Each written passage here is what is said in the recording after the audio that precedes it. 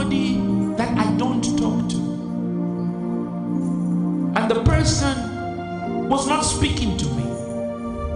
The person was talking to somebody else. And they were saying, yes, he's unresponsive.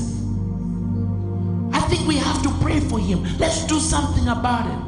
I'm like, what kind of a call is this? And this is somebody who worships with a brother back home. And so I decided to call my brother to find out if he's okay.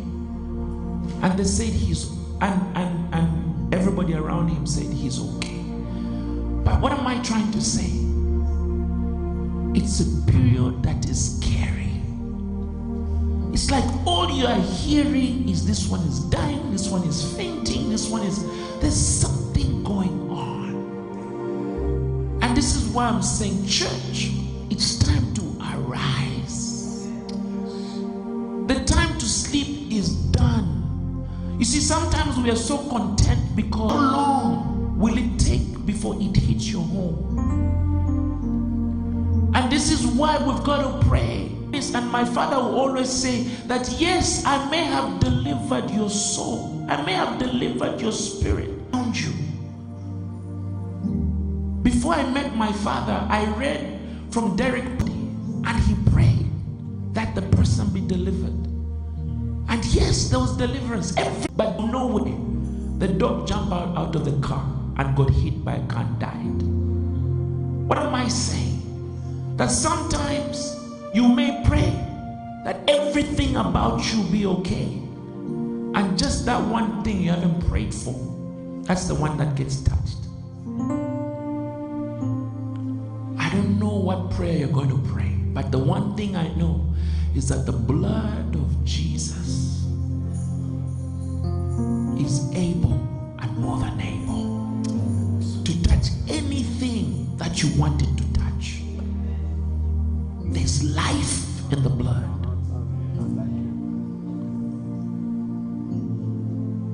There's life in the blood. Let's not take relationships for granted. I just got a phone call yesterday or the day before yesterday of a relative and friend. I knew the person as a friend, but later on I learned that the person was a relative. And the father died on Saturday, which is yesterday, from COVID. And the husband and the wife, who were the children to this man, they just woke up one day and said, let's build a house for our parents. And they went and erased the house the parents were in and said, stay somewhere else where we'll build your house. And they built the house. They hadn't even finished it. The father was like, I want to get into my house. I want to get into my house. And the man got into the house and stayed there for 2 weeks and died from COVID. What am I saying? Don't take relationships for granted. Do everything good for your parents, for your sister, for your brother. This time we have is a dangerous time. While you are thinking, I don't care, tomorrow the person dies, what cry are you going to cry? So I was telling the lady, I said, guess what? Me, you know my story. We've had issues. I've had issues with my father.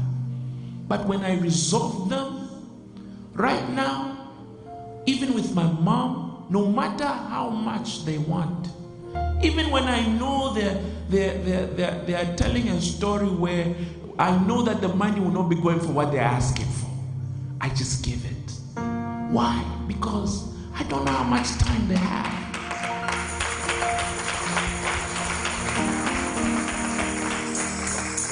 I don't know how much time they have. So I just do it. Let's just love each other. Let's be there and stand for each other. The last thing you want to do is like my father.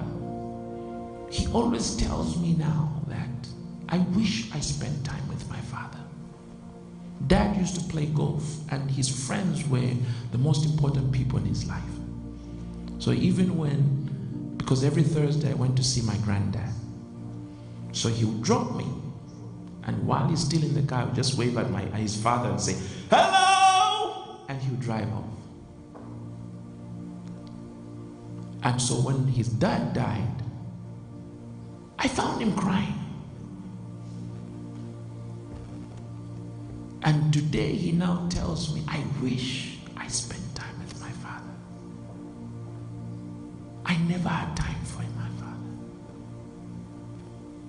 You really want to treasure the relationship with the people that you have. Because there's a time when they will not be there for you.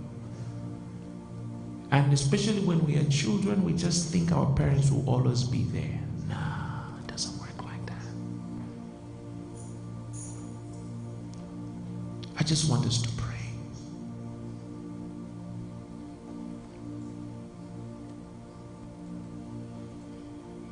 This is the last prayer point. The prayer should be that, Lord, build me with love. Love that cannot be broken. Love that will change. You know, where somebody offends you and the things you do for them mesmerizes them. They get to a point where they wonder whether you're trying to kill them because of your love, but you understand what I'm talking about? That kind of love. Sometimes my wife does some crazy stuff like that for me, where I offend her, and she still. I remember one time we came from work. We went to church, and this is a thing I used to tell her all the time. When we go to church, please, 3 o'clock, I'm supposed to start working. My